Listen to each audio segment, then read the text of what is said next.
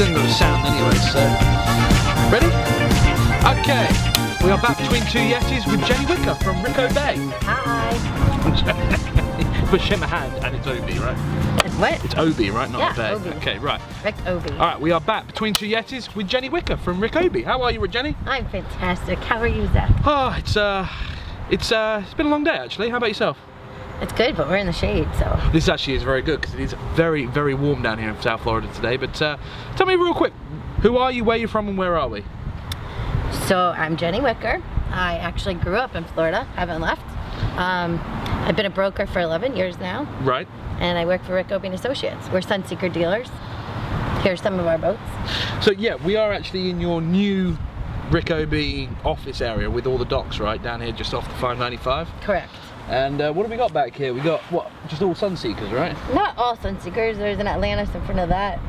But the majority of our boats are Sunseekers. Right here you're looking at, this is a 64 Predator, this is a 68 Sport Yacht. This is a 2011, that one's a 2000, I think it's a 17 actually. Stuff. That's very, very cool. How is business these days for brokers? Pretty good? It's amazing. Yeah? It's been really busy. Normally summers are times where we're relaxing. Yeah. This summer I think, and it's not just me, I would love to say it's just me, but I think everyone as a whole in the industry is really busy right now. Has seen an increase? Yeah, it's crazy. That's really interesting. Is that since November or January? Or? I see where you're going with it. But we'll be very careful. I'd love to take responsibility, not me personally, but yes, I'd love to say it does have something to do with that. Okay. I think consumer confidence is up right now, and if you don't know what we're talking about, it's Trump, so you know, we can cut that bit out, that's fine.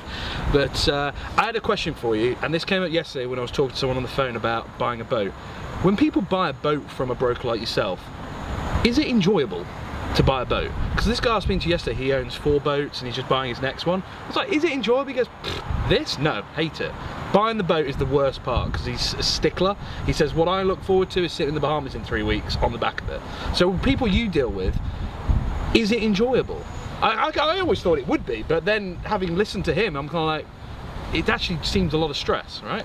Oh, that's a open-ended conversation that I don't think we have time to get into, but they say that the best 2 days of a boater's lives are the day he buys it and the day he sells it. So it's funny that your client said that. Now, is buying enjoyable for used boats? It's probably more difficult than for new boats because used boats, you know, you have to go through the process. You have to look at all the different boats. Yeah. You have to survey them. You have to find out what the survey items are worth to you if there are survey items, and you have to adjust for that. And it's a negotiating bidding war. So some people don't enjoy that. Some people don't enjoy that. Now I'm buying this boat and I have to fix A through Z. I have a client doing that right now. He wanted it fixed beforehand. The seller didn't want to do it. He got a pretty good adjustment on price. Right. And now he has to fix them. He doesn't want to do it. So he has to do it because of insurance, but... Because I've known you for 10 years now. You are a very knowledgeable boater and you know boats and, you know, obviously the lines you guys sell. So for selling these kind of boats, I think you'd be a good one to use because you know what you're talking about. When it gets into boats that someone comes to you and says, I want to buy that 100-foot Hargrave or something like that, don't know where I'm actually going with this, but is it difficult to sell those kind of boats because you don't know as much about them, or? Right, a boat's a boat, you know. Yeah, that's true. I think what I'm getting at, sales are sales. What I'm getting at, actually, for people that come to you that know boats, are they looking for an easier experience because you know what you're talking about? And I'm not even quite sure this is the right thing I'm trying to say. What I'm trying to say is, when people buy a boat, if they're excited about the boat process, but there's problems, are you worried it's ever going to turn someone off? If there are problems, they'll be like, listen, this is too much work, I thought this was going to be easy. Or do you go full in and say, this is the exact boat for you?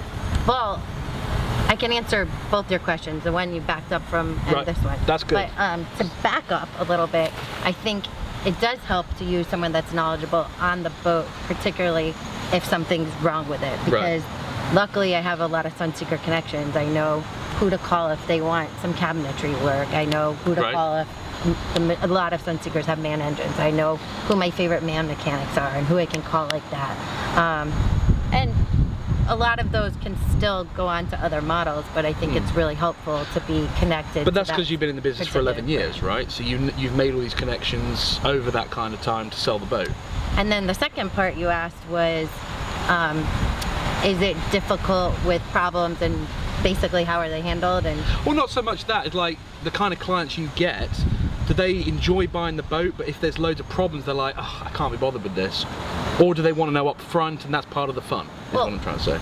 That part's not really that fun. I mean, if you get money off because there's problems, that maybe gives you a kick. But they still have to be fixed, so it's not really money off, because you're still putting it back into the boat. But at least then you're knowing that once you put it back into the boat, that those things have been done, and you've got a clean slate with those items. Yeah. I always tell people, I'm more than a broker. I'm basically your concierge. I mean, yeah, okay. I'm going to help you. I'm not just going to let you go after the sale. I'm going to hold your hand, and I'm going to help you afterwards. You know, so if someone has a problem and they're in the Bahamas, I'm going to do everything I can to get somebody over there and fix it for them. So in a sense, is the title of broker a bit limited for what you actually do? Like for someone who would just sell a boat and then forget it, you obviously give a lot more to the service, right? I think with the idea that they come back for the next one. I think most of the successful brokers are very good at helping their client after the sale, because if you don't, you're not going to get them back. Yeah. Someone else is going to get them on their next boat, and you know you already sold them a boat, so they're already a buyer. They're a boater. Yeah, they're qualified. Yeah, they're very qualified. So why would you want to screw that up? You want to be there and hold their hand and keep going. And most smart brokers know that. I think this came from the thought that I had. I was wanting to win the Powerball like everyone did last week. I was like, I'm going to go and buy a boat. Go to the boat show, buy a boat. I would have thought that process would have been enjoyable. But it was just funny talking to this guy yesterday. He was like, God, I hate this. This is the worst part. Well, a boat show, I just imagine going to a TJ Maxx and you're walking in and there's just clusters of clothes and you're like, oh, I can't do this. But if you walked into a little boutique and you saw 30 shirts, it's much easier and more enjoyable. So it's interesting that you're comparing a boat show for this. However, a boat show is also a good way to get somewhere and see every boat you want to see and learn the different models and compare them. That's true. Let me ask you another question. If you had to buy a boat today, what would you buy? A Sunseeker. You would? No, today. I think you'd buy like a Jupiter or something, or a Contender. It depends how much money I had.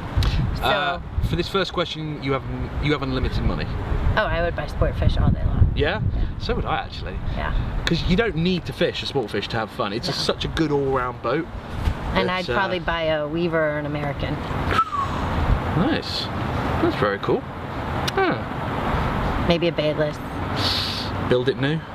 Heck yeah, if I had unlimited funds. What if you had $1.5 million? $1.5 million? Yeah. I'd probably buy a Viking. You think? See, I love those carbos, those open carbos for like $700,000-800,000. But we're talking about $1.5 million. Why I stop at 700,000? Because then I have the money left over to buy some beer.